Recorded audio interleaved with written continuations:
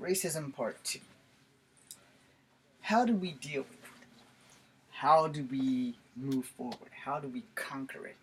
How do we adapt? You know, you walk around enough times and be called nigger enough, somebody's going to get punched in the mouth. Of course, it doesn't help when people of color are going around calling themselves nigger. Right? That's not helping anybody.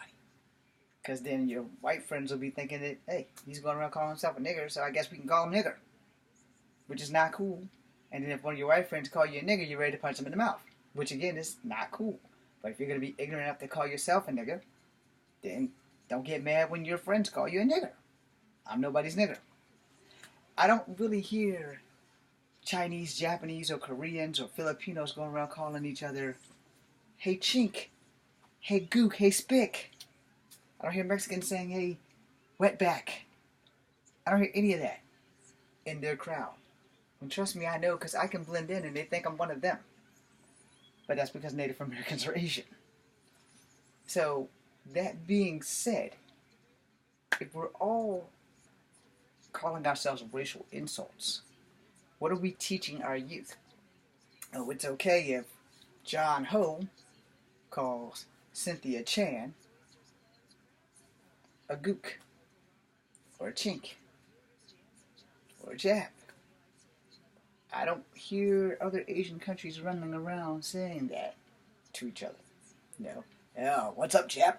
Oh, what's up, chink? What's up, Korea? No, I don't see them doing any of that. And if those accents are offensive, I'm sorry. But I was trying to prove a point. But I don't see that. First time you see your brother, it's like, what's up, my nigger? And like, just say what's up, bro, to me. Don't do that what's up, my nigger shit. I'm not your nigger. I'm nobody's nigger. My damn name is James. It's not chief. It's not nigger. It's not half-breed. Granted, I've been all of those. I've been nigger chink. That was from friends, so I let that slide. But at the same time, if it's from friends, it doesn't sting as bad as if it came from somebody who didn't know me from Adam and they just, hey, that's one of those damn nigger chinks right there. Or if they want to be alphabetically correct, that's one of those blazing niggers. That's one of those chink niggers. Or that's one of those, is it J before the end in Japan? Yeah, that's one of those Jap niggers. That's one of those Filipino niggos. Stop it. Just stop it. I have a name. And it's not my nigger. The only M in my name is in James. And it's right smack dead in the middle. It's 5 letters. So there's no nigger. My nigger. Oh, well, it is one in Williams, too, at the end, next to the S. And there's no N in my name unless you spell junior all the way out. Junor or some shit like that. I'm a horrible speller. But there's that. I don't go around calling black people my nigger. I'll say, what's up, bro? How's it going, homie? But not my nigger. And it's the same thing. I don't see white people running around hollering, high five, honky. No, I don't see that. I don't hear them hollering, high five, cracker. I don't see any of that. So why are we not dealing with racists at face value and at a deeper level? Because we're all a bunch of cowards. We're all afraid we're going to hurt each other's feelings. And the true racists who don't give a shit, they're out in droves.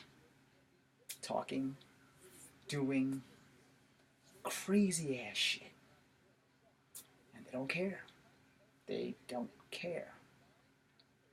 Which really sucks. Because we have to care. We have to give a damn. We have to put our best foot forward. We have to do things that we don't want to have to do. But we have to do it. Because that's just the way it is. Now my thing on that, I honestly, truly, God, believe that we can change. I truly believe that we can fix things up. It's the same thing. See, Asians don't have a color wheel. They have a society wheel. Alright? They have a society wheel. I'm not counting the Asians in India. I'm just counting Eastern Asians. You know, the ones that have more slant in their eyes. So, Eastern Asians have an Asian wheel on whose standings are better. You know, Chinese has this standing, Korea has this standing, Japan, Malaysia, Indonesia, Jakarta, which is in Indonesia, Samoa, Mongolia, Laos. The poorer the Asian country, the farther down on the wheel you are. Alright? So basically, China, Japan, and Korea are the three top wigs, and then all the other lower Asian countries, depending on their economy, fall into that wheel. Where black people, we have a color wheel, where the lighter the skin, the closer to white, the more darker people think that lighter people think that they're privileged. But the circle is still the same. You're just one of those, what they would call in slavery times, a house nigger. Now, that being said, and as racist as that sounds, white people have a society cycle. High class, middle class, in between middle class, low class, second-hand citizen, which means they're butt fucking poor, which equals them next to black people. Which in America, everybody has that same society where you're either going to be high class, middle class, working class, fucking poor.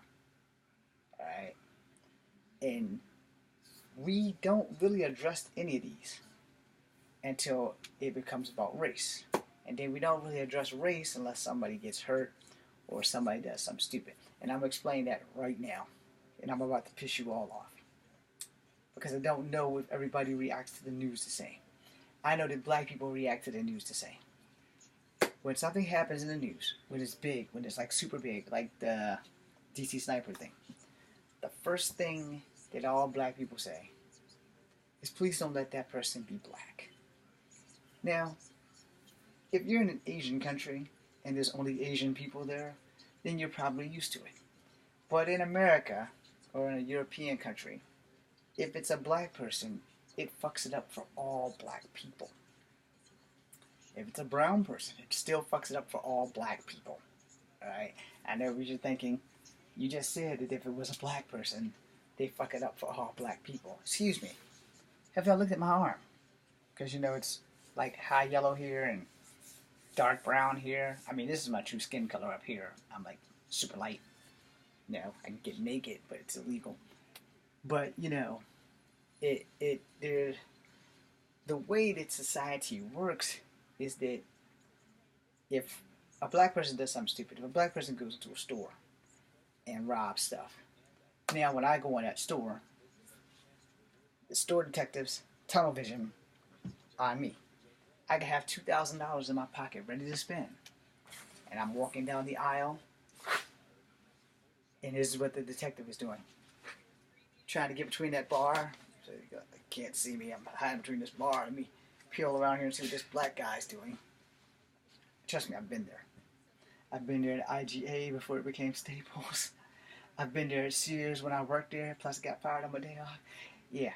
So, you know, when we don't address these things, things happen.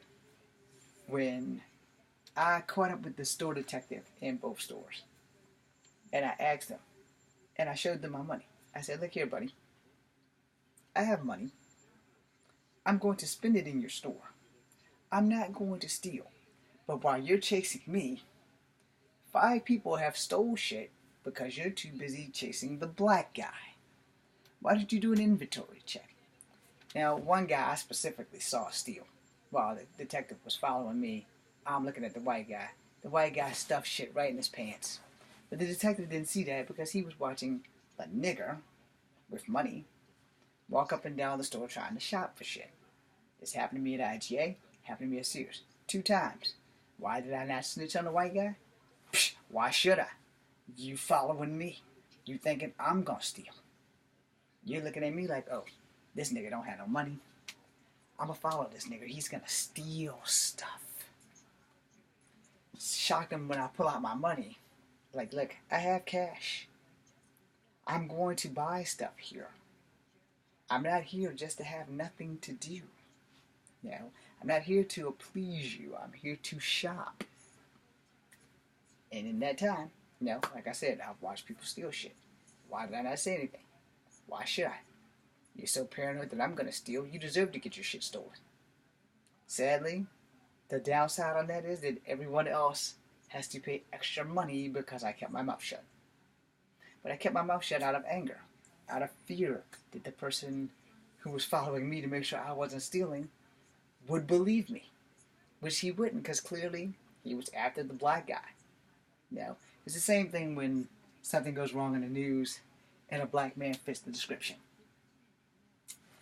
Funny story about that. Somehow, I'm 6'4". Somehow, I'm 280 pounds. And somehow, I'm the Charlottesville serial rapist. Yeah, I got accused of that too. First off, this ain't even the right brown. He wasn't this color. He wasn't this color. He was 2 shades darker than me. I'm 5'3.5", $125. This guy's like this, like way up. He's like 6'4", going around raping girls, and he has 2 daughters at home. So shame on him for twice. And so I'm pulled over by ATF agents to think that I have raped some woman out there in Bloody. But that all was because I was black, and I fit the description.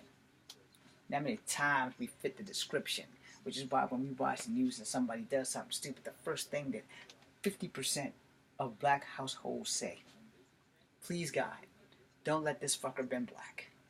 Yep, sure as shit he's black. White people don't do that. Asian people in Asia don't do that. I don't know about Asian people in America, but I know Asian people in Asia don't do that because it's only Asians there. Every now and again you have a foreigner, and most foreigners know like I know. I am a guest in their country. I am not fucking this shit up. Because foreign countries' jails are far harsher than our jails. Some of them even make you do Michael Jackson Thriller. So if you can't dance, you're probably screwed. But, that was a side joke. But in real life, foreign policies and foreign prisons are no fucking joyride, And I learned this 3 ways. Not through the internet. I learned this the first way when I was a teenager. I learned about this kid that got Singapore caned. Then I learned about Tiananmen Square. Actually, I think I might have learned about Tiananmen Square first and then the Singapore caning. Which is why I said I would never go to Singapore. Because I'm scared that if I spit my gum out or if I throw up in the street because I'm sick, that I would get arrested. And their streets are immaculately clean. We've seen videos of it as I gotten older, where the internet came into existence. And then there's other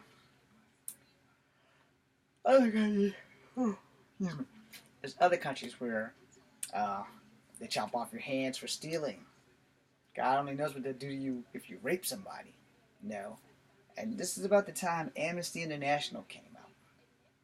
Sadly, Amnesty International has no direct policy about racism. And we don't deal with racism the way we should. We just tolerate it. I've had a few racist incidences. One incident specifically, besides the serial rapist, was one about a young white lady. Now, I'm grown now, but when this happened, I was in my 20s. Still grown, but kind of dumb. Really stupid, actually. So I watched this lady. I'm going home, and she's coming my way. So I guess she thought I was Mexican. So she crossed the street and walked on the black side of the block, past Mel's, as I got to the church right there on Main Street to go across, the Zion's Church. She comes back across from Mel's.